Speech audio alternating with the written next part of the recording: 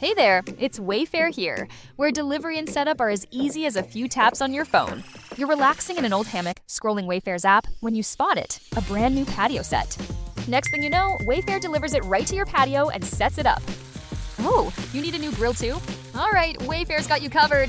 With Wayfair's Room of Choice delivery and fast expert setup on qualifying orders, life gets a little easier. Visit wayfair.com or the Wayfair app. Wayfair, every style, every home.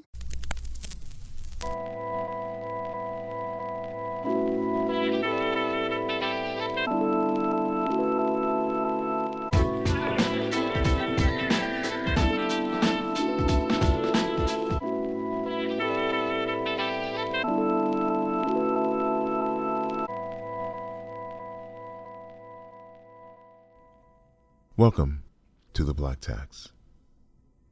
There's an African proverb that says, a slip of the tongue is worse than a slip of the feet. For a very long time, I did everything in my power to avoid moving to Los Angeles.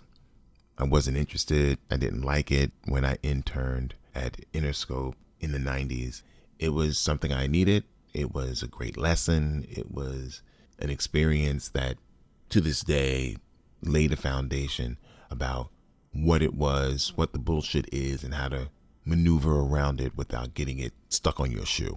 So when I finally made the decision after 9/11, losing my business when the tower came down and trying to financially get myself back on my feet because it just wasn't, and the music industry had made a major shift with the advent of the iPod, and it changed the way music was now being sold, listened to. The industry was go through a complete reorganization in order for it to function.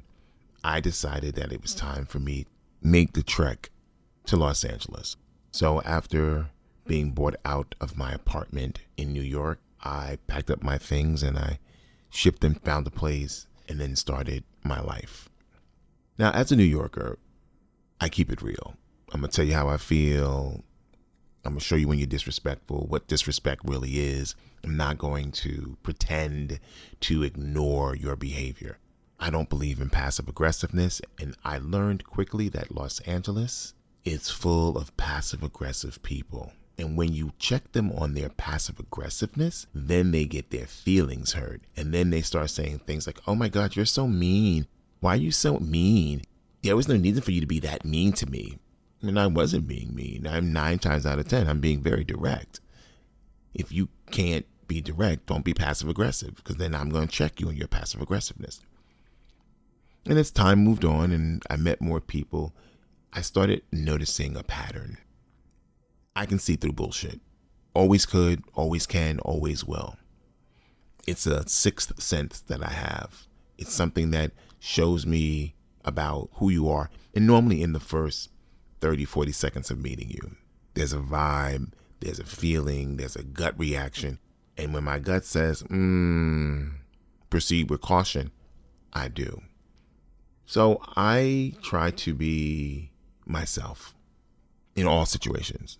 I can be jovial, I can be serious, I can be a combination of the two. And in doing that, I've learned also living in LA that people don't like me. And it's not that I've done anything to them. It's the mere fact that I've been myself. So I was talking to a friend who is now a coach, and she said, I shouldn't say people don't like me, because when I put that out in the universe tends to answer verbal requests that you say, that your words have power. And I said to her, I'm just pointing out the obvious. It's clear. So she sat with that for a few days, and then she came back and she said, I was sitting and I was sipping some tea, and it just came to me. And I was like, what came to you? Your problem about people not liking you. And I was like, okay, here we go. I'm ready to get this psychoanalysis done and over with. And she says, no, there's no analysis here. It's just an observation. Potato, potato, tomato, tomato, all the same thing. And she said, you hold up a mirror, and your reflection is how you walk in the world. You present who you are. You don't move off it.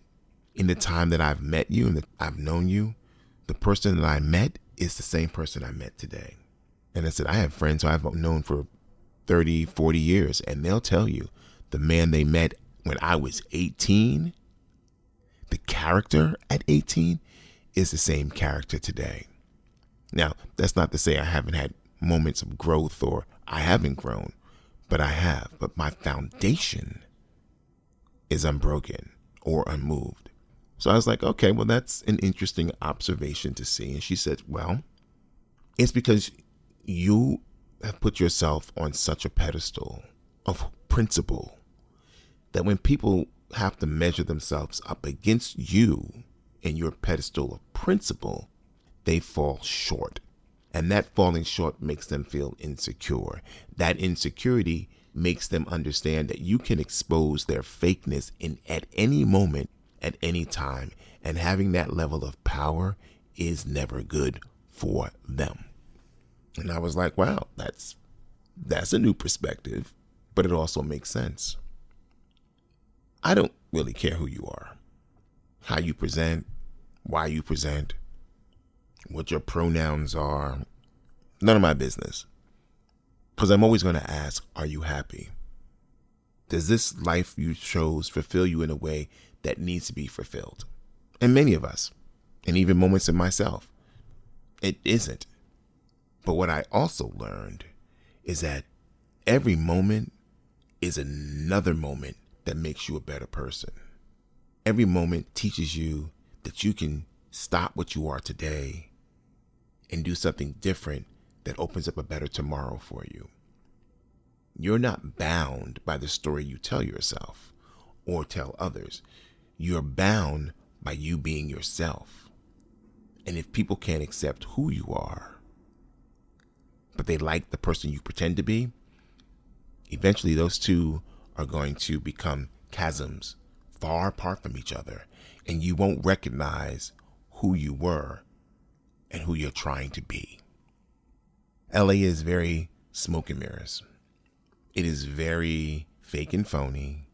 It is very pretend. The flossing, what you got, what you don't have, why you have it, what you're doing. I had a friend who's more of an associate say to me when I first moved to LA that I had to buy an entry-level luxury car. And I was like, that's not going to happen. I'm going to buy a car that fits my budget. I'm not going to buy a car just to say I have a Mercedes or I have a Lexus. I'm not doing that. I'm not putting myself in such debt just to play a part. I'm going to get a Nissan Sentra and I'm going to roll around in that brand new car like everybody else has who's had it for 200,000 miles. Well, I've only had mine for 25,000, but I'll come back to that later. Remember, you get to be what you want. Because you have to decide what you want, you have to have a foundation to build upon that. And pretending to be something you're not always catches up with you. I'm a simple guy. I'm not a big label guy, though some would say I am. I can go to Banana Republic and buy everything I need, go to Gap, get some casual shit, buy some Nikes, some Reeboks, some New Balance, get a hoodie, a jacket, a coat, whatever, and be just as happy as if I went and spent thousands of dollars on a coat from Gucci, or I decided I wanted to get Christian Louis Vuitton shoes or boots. It's all the same shit. Can't take it with you. So why spend the money to pretend to be something that you're not? I want you guys to remember that character is important. I've said this before in my podcast, and I will continue saying it. With character, one does not need a reputation. And something that my dad said to me years ago. And what it means is that when you are your authentic self, you never have to pretend to be something else.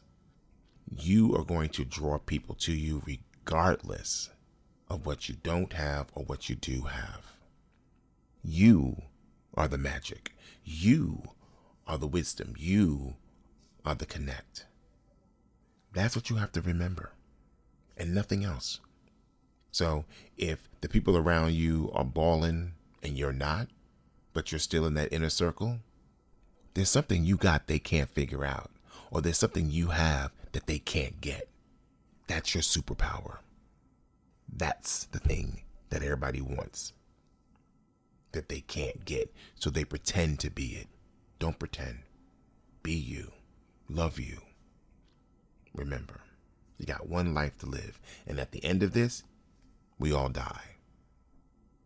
Don't get to a point where you look back at what you should have done or could have done and regret it because you were playing catch up to the Joneses. Become the Joneses so that people can aspire to be like you, because your character leads, and that's how people become free from the obligation of pretending to be something they're not. Stay woke.